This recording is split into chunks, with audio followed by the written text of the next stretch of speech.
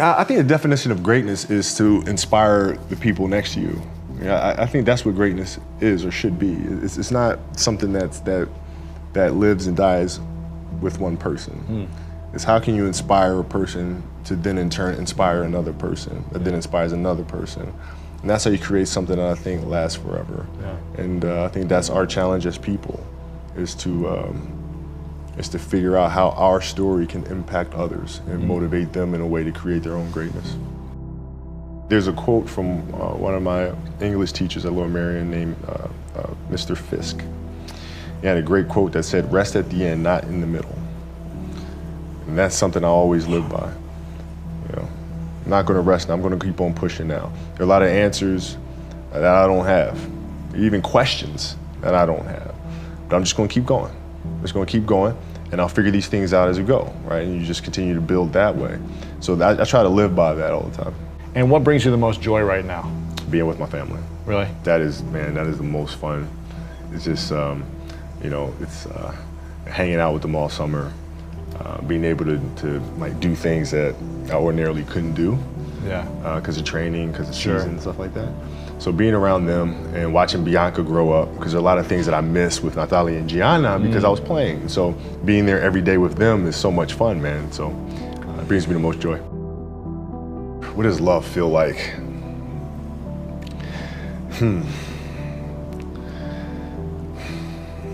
Happiness is such a, I think I would describe love as happiness. I think I describe it as a beautiful journey. You know, it has its ups and downs, right? Whether it's in marriage or whether it's in the career, you know, things are never perfect. Yeah. But through love, you continue to persevere and you move through them. You move through them. And then through that storm, beautiful sun emerges. Yeah. Right? And inevitably another storm comes. And guess what? You ride that one out too. Yeah. So I think love is a certain determination and persistence to go through the good times and the bad times with the someone or something that you truly love. My parents were great. You know, growing up, you know, they instilled in me the importance of imagination, of curiosity, and understanding that, okay, if you want to accomplish something, I'm not just going to sit here and say, yes, you can do whatever you want. Yes, you can, but you have to also put in the work to get there, right? So they taught me that at a really early age, man. And when you grow up as a kid thinking that the world is your oyster, all things are possible if you put in the work to do it, you know, you grow up having that fundamental belief. My mom was there on a daily basis. My father was really influential at a really critical time where I had a summer where I played basketball when I was like 10 or 11 years old, in a very prominent summer league in Philadelphia called the Sunny Hill League, where my father played, my uncle played, and they were like all-time greats and such stuff. And Wilt Chamberlain played in the league, you know, Earl of Pro Monroe played in the league.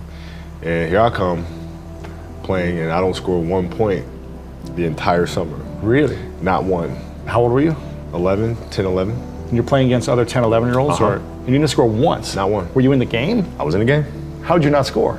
Because I was terrible. Really? Yeah. That At 10, 11 years old, you were that awful. terrible. I mean, you know, and I had these big knee pads on because I was growing really fast. I had socks all the way up here, and I had like the high top skinny, fades, like skinny as hell. And I scored not a free throw, nothing, not a lucky shot, not a breakaway layup, 0 points. And I remember crying about it and being upset about it. And my father just gave me a hug and said, "Listen, whether you score 0 or score 60, I'm gonna love you no matter what." Wow. Now that is the most important thing that you can say to a child. Because from there, I was like, okay, that gives me all the confidence in the world to fail. I have the security there. But to hell with that, I'm scoring 60. Let's go. Right. And from there, I just went to work. And I stayed with it, and I kept practicing. You know, when you're in this culture, in our society, you can do some phenomenal things individually, but they'll never reach their full potential unless you do them collectively. And you have to figure out how to do that. The challenge for me was always compassion and empathy. I think about 2009, things started changing for me. I started really making a conscious effort to better understand. And that doesn't mean, you have compassion and empathy so you go softer on them. It's more like you put yourself to the side and you put yourself in their shoes and understand what they're feeling. And then you have to make certain decisions of, okay, what buttons do I need to push for this player to get them to the next level? So it's not sit around and it's all happy-go-lucky type of thing. If you're a leader, your job is to get the best out of them, even if they may not like it at that time. One of the things that I had to learn is how to get the best out of my teammates. Yeah. And most people think it's a simple thing, pass them the ball. But that's not how you make guys better. You have to really affect their behavior. How do you do that? So, I would tell guys, we got back-to-backs. I don't care if we're in Miami, I don't care if we're in a great city of Chicago, you can't go out, we gotta get rest. Right? Back-to-back games. Back-to-back games, right? Monday, Tuesday. You play Monday and you play again Tuesday. The guys aren't gonna listen, right? Right. So a few times I say, all right, we'll all go out. We'll go out together. Really? I'll drink with you, right? But the next morning, I'm banging on your door at 5 in the morning. Let's go. They're not getting Where are we going? I hung out with you, now you come hang out with me. Wow. This is what we do, all right, let's go. And we're at the gym, we're working out, right? We hit the bus, we go to practice, we play that night. And they're dead. And they're dead. And they're like, oh, lesson learned. Really? Lesson learned. Take them out once. Listen, if you're gonna do that. But don't let that compromise what we're here to do. Right. This is why we're here. This is why you're here in the first place. What does losing feel like to you? It's exciting. Why is it exciting?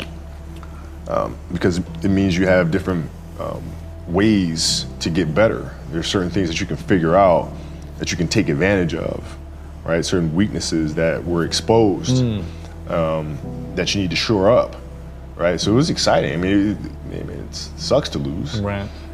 but at the same time, there are answers there if you just look at them. I'll give you an example. So Katie Lou Samuelson is one of the best college basketball players in the country. She plays at UConn. She's going to be a senior. And they just had a really tough season last year where they lost to Notre Dame in the final. And so I asked her, I said, have you watched the Notre Dame game? She was like, no. I said, well, why not? I said, I don't want to watch that. I said, I know you don't, but you're going to play Notre Dame this year, yeah?